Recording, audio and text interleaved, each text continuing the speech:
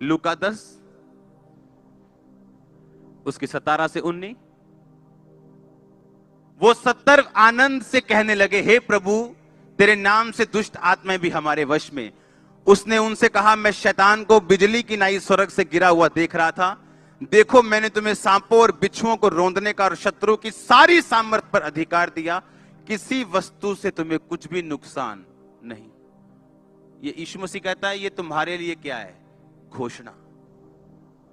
पर तुम्हारी घोषणा क्या है? इस वचन के खिलाफ। अगर यीशु मसीह के खिलाफ घोषणा करोगे तो वो बचाने कैसे आएगा? कैसे आएगा बचाने? आप यीशु मसीह को कहते हैं, नहीं, जो तू कह रहा है मुझे यकीन नहीं है, मुझे अपनी फीलिंग पे यकीन है कि जो मैं फील कर रही हूं। और अगर फील करोगे तो शैतान आपको धोखा देगा, क्योंकि आदम हवा भी फीलिंग से धोखा खाए थे। हालेलुया। एक गिनती का वचन हम पढ़ेंगे अभी। ये सभी घोषित करने वाले वचन हैं जो आपने घोषणाएं करनी है इनकी। निश्चय, गिनती 23 की 23, कोई मंत्र याकूब पर नहीं चल सकता, इज़राइल पर कोई भावी कहना अर्थ नहीं रखता। याकूब और इज़राइल के विषय यह कहा जाएगा, ईश्वर ने क्या ही विचित्र काम किया है। कोई मंत्र याकूब पर नहीं चल सकता। यह किसकी आवाज है? परमेश्वर की। अगर कोई दुष्ट आत्मा से घिरा हुआ है, वो रात को सोने से पहले बोलेगा, कोई मंत्र याकूब पर नहीं चल सकता। आपको मालूम याकूब कौन है? आप याकूब हो, क्योंकि याकूब अब्राहम की संतान है। आप कौन हो? अब्राहम की संतान। क्यों? क्योंकि यीशु मसीह अब्राहम के कुल से पैदा हुए, ताकि आप भी अब्राहम के कुल के साथ जुड़ के आशीष ले सके। पर आज अगर मैं अभी खड़ा कर दूं कि चलो आओ दुष्ट आत्माओं के लिए प्रार्थना करेंगे, क्रिश्चियन लोग खड़े हो जाए। पता है क्यों? वो धोखे में। पढ़ेंगे इसको। कोई मंत्र याकूब पर नहीं चल सकता। नहीं चल सकता मतलब ये एक 100% वायदा है खुदा का कि ये काम तेरी लाइफ पर नहीं हो सकता। हो ही नहीं सकता।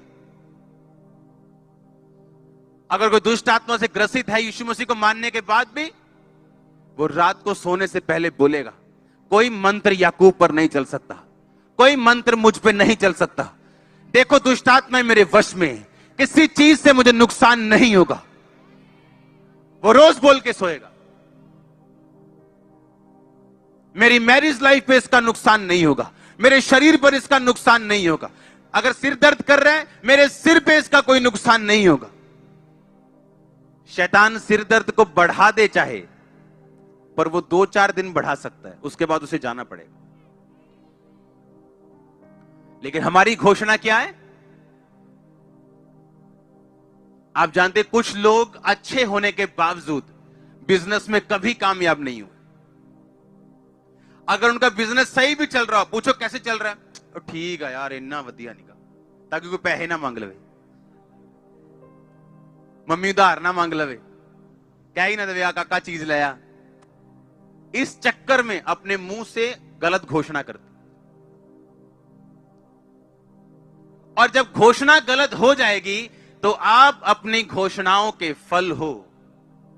गलत करोगे गलत रिजल्ट, सही करोगे सही रिजल्ट।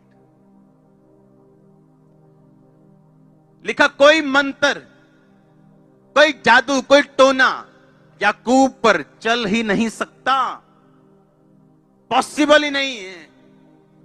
देखो कहता, कैसे देखो? कहता अपनी स्पिरिचुअल आई से। चाचा, चाचा का मतलब देखना, अपनी स्पिरिचुअल आईज से, अपने इनर मैन से, अंदर वाले बंदे से, अंदर वाली आत्मा से देखो, मैंने तुम्हें सांपों और बिच्छुओं को रौंदने का अधिकार दिया। आज जूती पकड़ लेना घर जाके और जूती वाली प्रार्थना करना शैतान के ऊपर। हम करते थे ऐसा, जूती वाली प्रेयर, जूती लेके शैतान के ऊपर प्रेयर, उसको शर्मिंदा करने के लिए। कहता कोई मंत्र याकूब पे चल नहीं सकता।